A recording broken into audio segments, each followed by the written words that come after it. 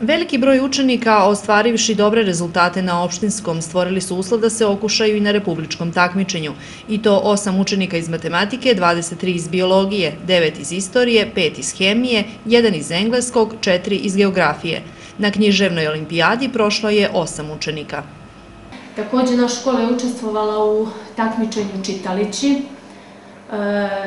Na tom takmičenju, na sljedeći rang takmičenja plasiralo se 19 učenika i na još jedno matematičko takmičenje, znači pored ovog opštinskog, pored ovog klasičnog, da kažem, takmičenja iz matematike, učenici naše škole učestvuju i na takmičenju Misliša u organizaciji matematičkog društva Arhimedes.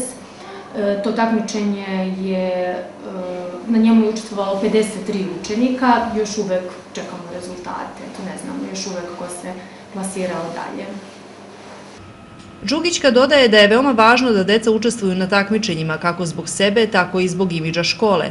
Interesovanje učenika varira, a da bi učestvovali na takmičenjima moraju da ispune određene kriterijume.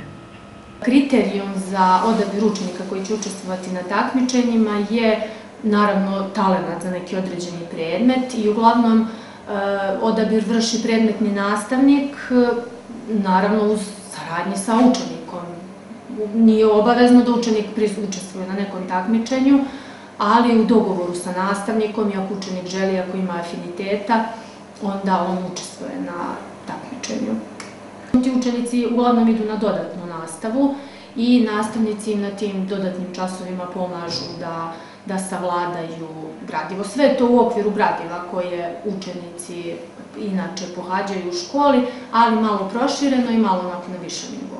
Nedavno održano takmičenje iz biologije stvorilo je određene probleme, jer su testovi bili neprimereno teški za njihov uzrast.